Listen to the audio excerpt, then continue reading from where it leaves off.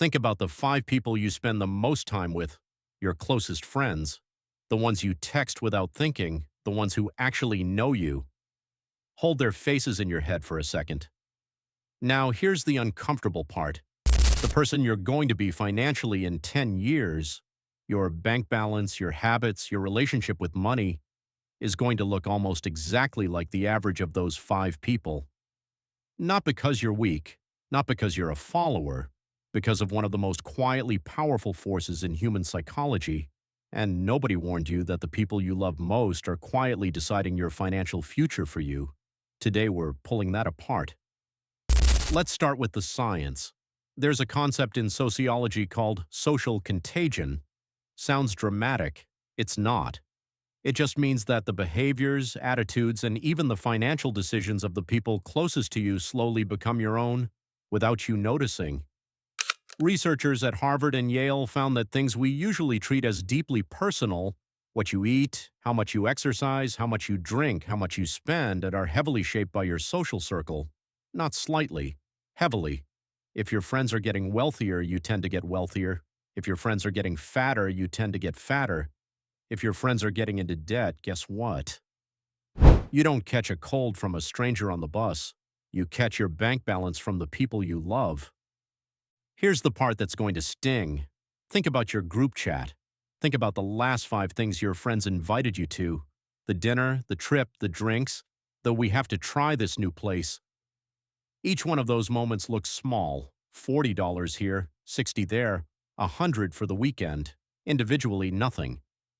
But here's what nobody adds up. The financial behavior of your group sets an invisible floor for how much you have to spend just to belong. If your friend group treats $200 dinners as normal, you can't easily opt out without paying a different kind of cost. The cost of feeling left out. The cost of being the one who never comes. The cost of friendship slowly thinning because you couldn't keep up. And this is where it stops being about money. Because if it was just about money, you could fix it tomorrow. You'd say no to the dinner, you'd skip the trip. Done. But the reason most people don't is psychological. Humans are wired, actually wired, not metaphorically, to fear social exclusion more than they fear financial loss. Studies on the brain show that social rejection lights up the same regions as physical pain, the same regions. Your brain literally cannot tell the difference between being left out of a group dinner and being punched in the face.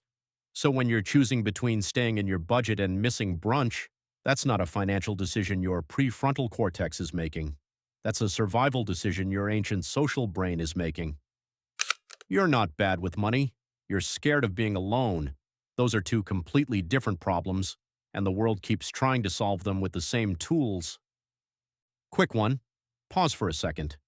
I want you to drop something honest in the comments. When was the last time you said yes to spending money you didn't really have, just to not feel left out? It doesn't have to be a big amount. It might be small. The point isn't the money, it's the moment. Then come right back, because the next section is the one most people in your group don't want you to know. Here's the part nobody likes to admit.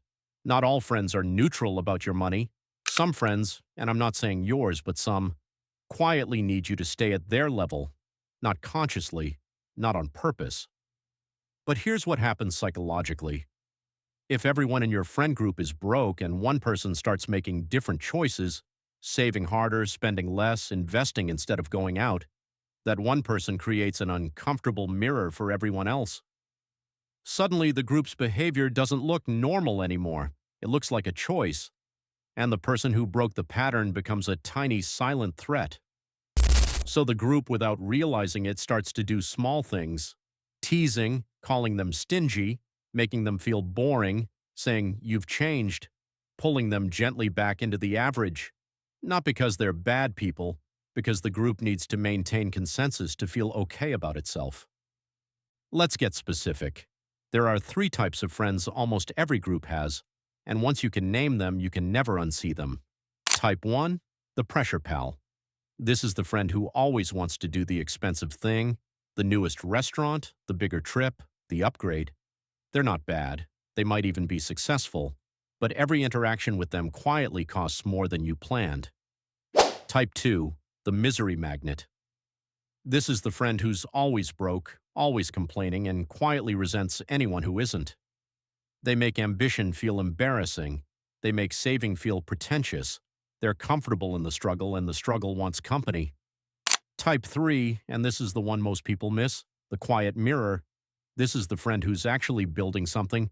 They don't talk about it. They don't lecture.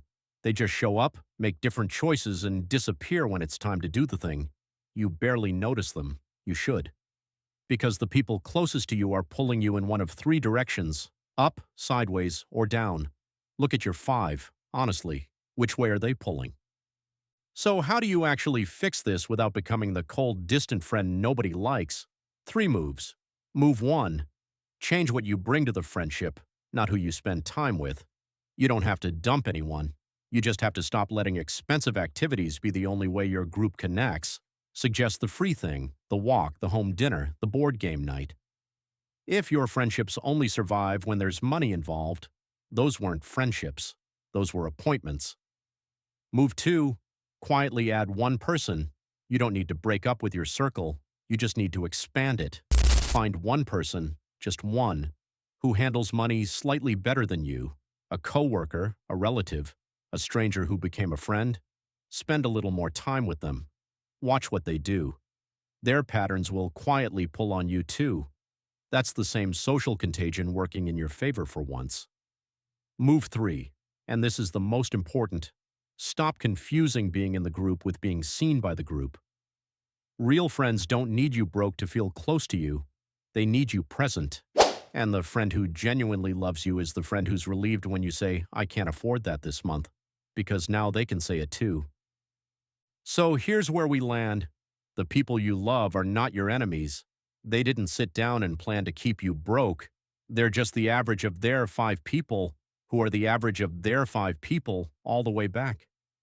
Everyone in your life is quietly transmitting financial culture to everyone else, and most of them have no idea they're doing it.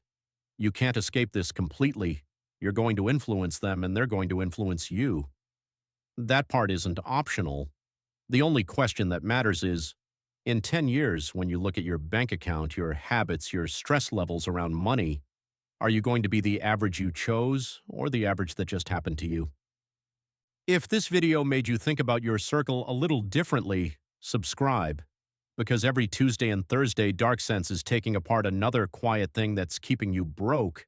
And if you haven't watched the last video yet, the one about how your savings account might quietly be the most expensive financial decision you'll ever make, go watch that one next. It's the perfect pair to this one. The link is right there on your screen. See you Tuesday.